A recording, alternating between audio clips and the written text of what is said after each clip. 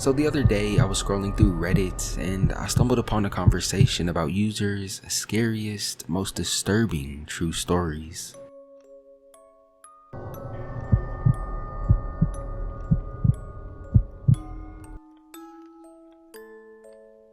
A guy followed me home from a train station once. I think he might still know where I live. I got off work this day and was waiting on the train. I had headphones in and I was looking up at the screen with all of the arrival and departure times. Suddenly, this guy appears out of nowhere and got really close to my face. He asked me if I had a girlfriend. I looked at him oddly and proceeded to walk the other direction. He looked and smelled like he was homeless and had these big, crazy eyes that were darting around the room as he spoke. Did I mention he also had an erection? You come across some strange individuals at train stations, but whatever. Hopefully, I'll never have to see him again. After I get off the train, I take 2 buses and walk a few blocks to get home. I was so focused on the podcast I was listening to, I wasn't even paying attention to my surroundings. All of the buses were also very crowded. When I reached my stop and started walking home, I noticed that the same creepy guy got off the bus behind me. There was nobody else around, so I thought quickly and started running because I didn't know what this guy was planning on doing. He didn't appear to be mentally stable. When I got to my front door, I tried the doorknob and it was locked. Nobody was home and my parents didn't get off work for another few hours. I turn around and I see him standing now at the end of my street, just staring at me. At this point, I'm literally shaking. I take off my backpack and start rummaging for my keys. The creepy guy at the end of the street is now walking towards my house. Thankfully, my neighbor was just getting home and pulled up in his driveway. Nervously, I say, "Hello, sir, help." Immediately after, this creepy guy turned around and started running into the woods. I started telling my neighbor what had just happened and he took out his phone and started to call the police. But they didn't show up for a while after. Eventually, about 30 minutes later, finally, 2 sheriffs pull up. They just had me write a statement and they seemed very uninterested in the whole situation. My neighbor called my dad and he ended up leaving work early that day. Later that night, I couldn't sleep.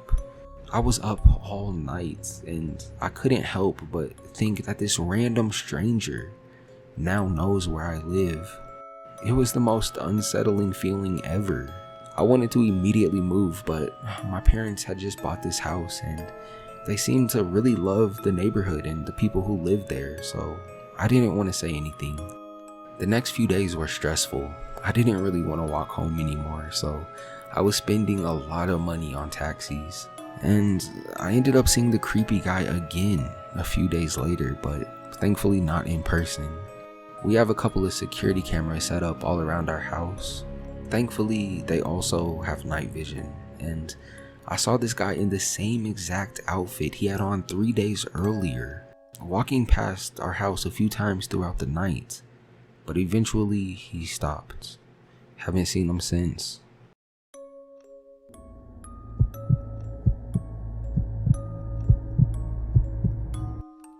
Recently, a friend and I were talking about our favorite horror movies.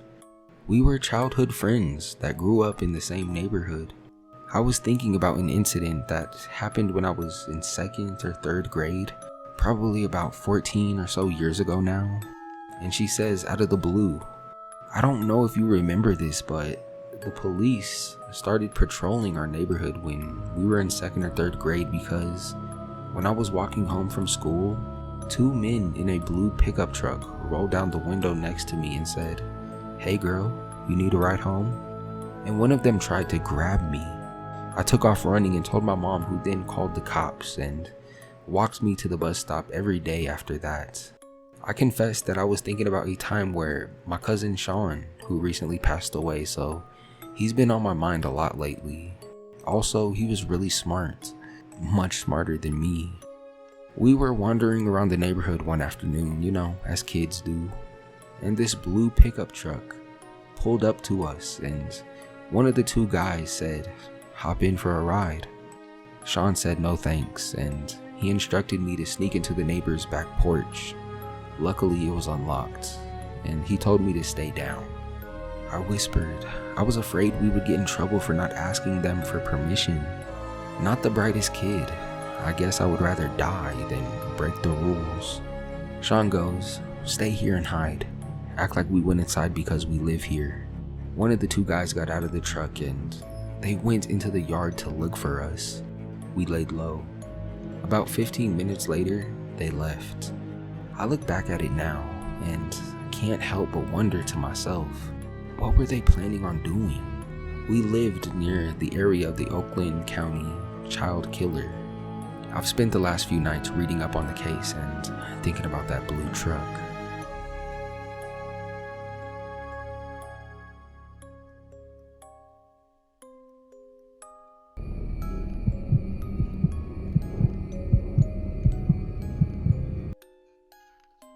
Not nearly as serious, but a little creepy. My neighbor is an old lady. She comes outside every once in a while to chat with passerbys and garden.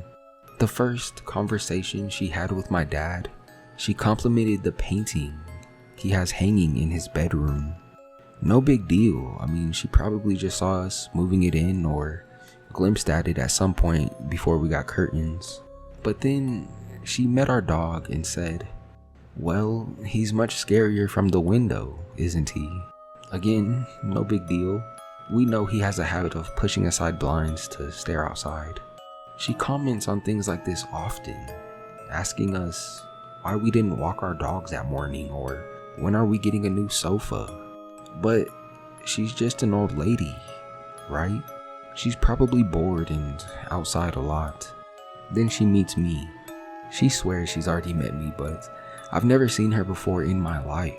She asks me how I like my room and tells me about the girls who had it before me. Kinda weird, but okay. She rubbed me the wrong way, but I don't really mind. She's fairly easy to avoid, or so I thought.